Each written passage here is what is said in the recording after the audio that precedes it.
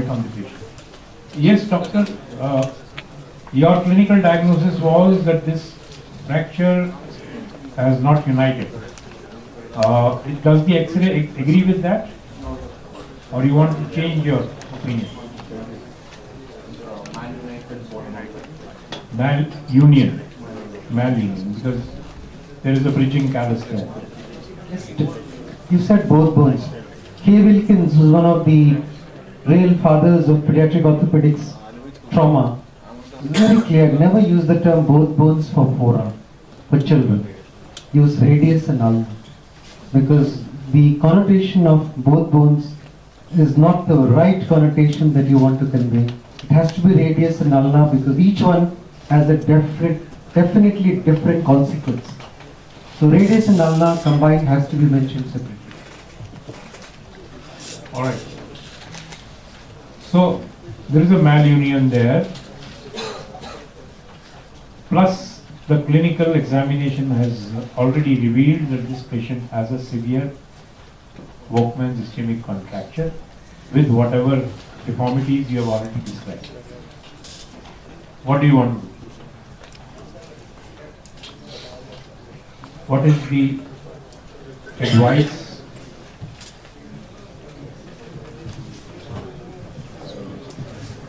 Now, 2.5 months following the incubation. Can you repeat what you said? 2.5 months following the incubation. Okay, yeah. I would like to go for wrist mobilization and finger mobilization exercise.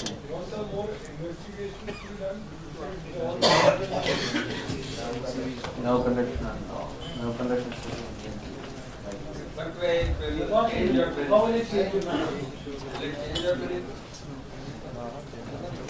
But after 12 I would like to do serial. Can you throw some light on how the nerves have been involved in this case?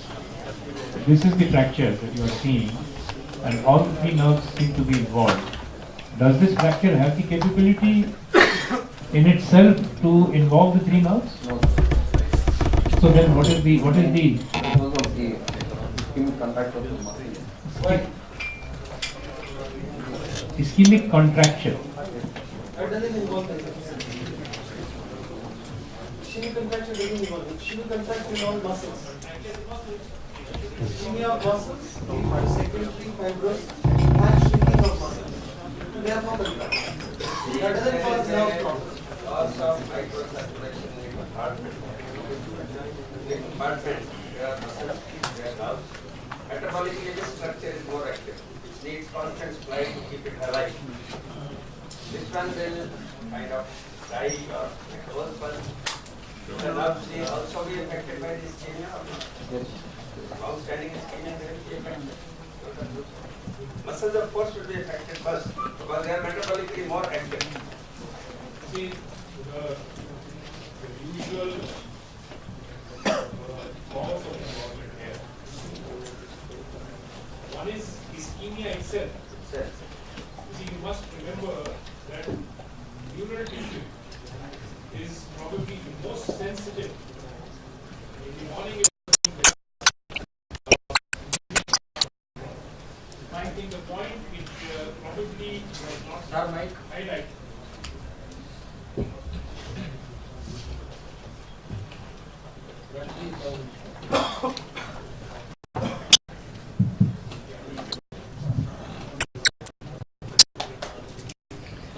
The cause here is twofold.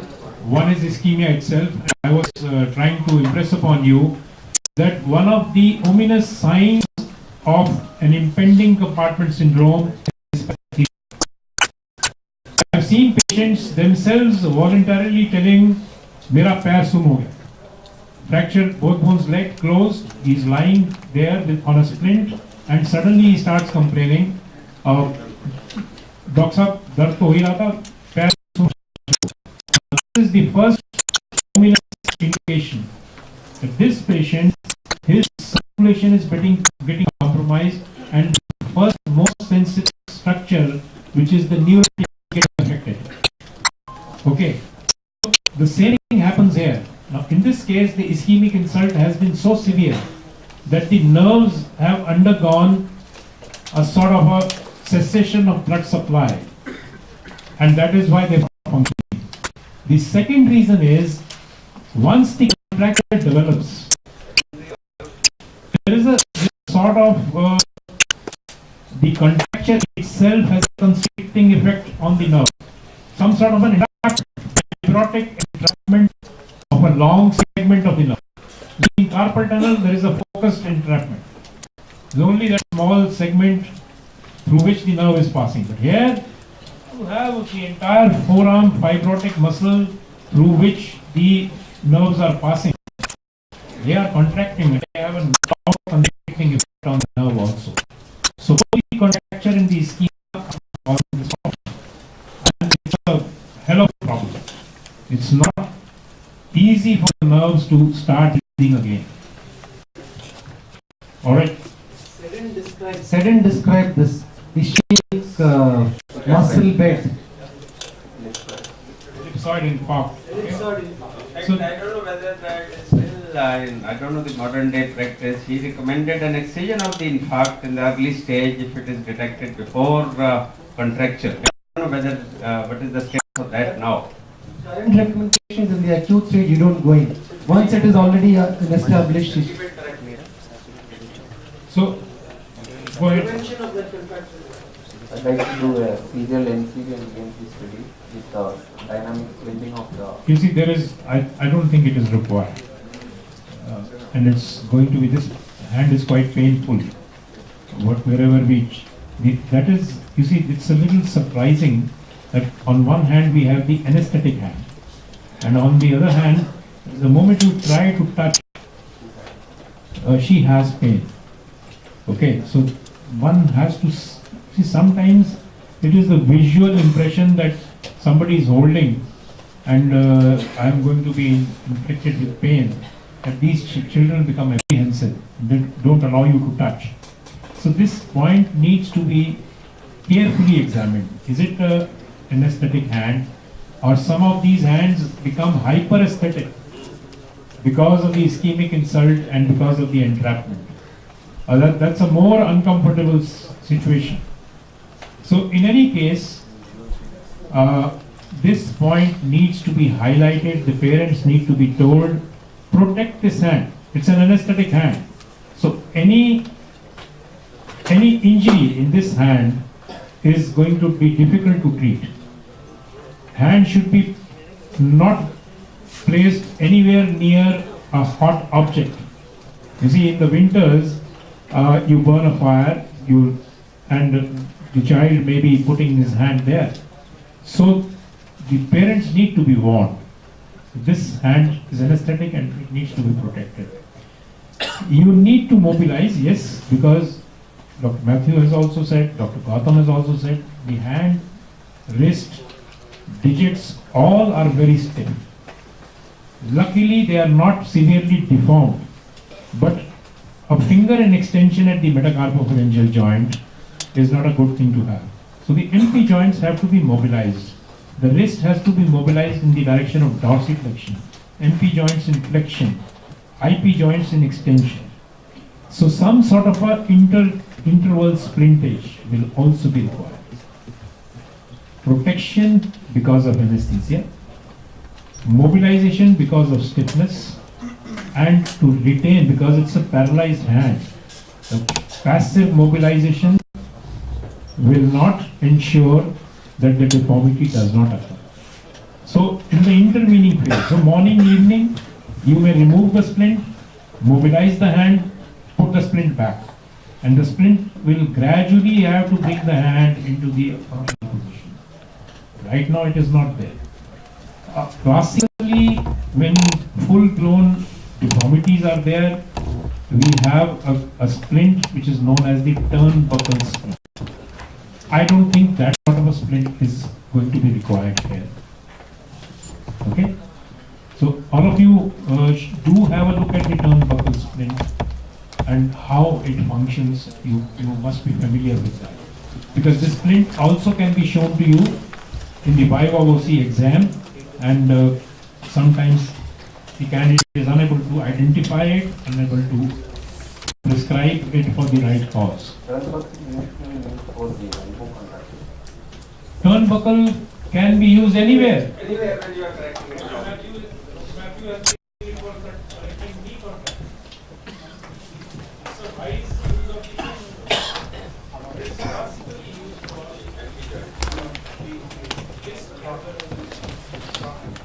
Last period is VIC.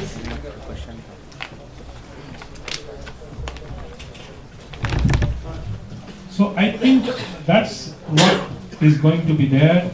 You wait for neurological function to recover. In some cases, we do find recovery, both motor as well as sensory. But if it does not recover, at some stage a decision will have to be taken. Neurolysis procedure, especially for the median nerve. Especially for the median nerve, you try to explore the median nerve, starting distally and proximally from normal areas, and then converging onto the affected or contracted forearm area. Neurolysis will be effective in the severe stage after long time, or it will be effective in the early stage? Well, it's a possible procedure. we are not astrologers. We are only orthopedic surgeons. So we can try whatever is possible. Otherwise, we have had situations where you start exploring From proximal and from distal, and you find that you reach the end of the road on both the sides, and there is a long segment of fibrosis. Another, there are procedures for that also. Nerve grafting, nerve sacrificing the ulnar nerve to graft the median nerve. One piece procedures are there. But the thing is, you have to just talk about the basic principle. Basic principle is initially split, mobilize, protect the hand, wait. Do not be in a hurry. And then maybe 3 months down the line, if nothing happens,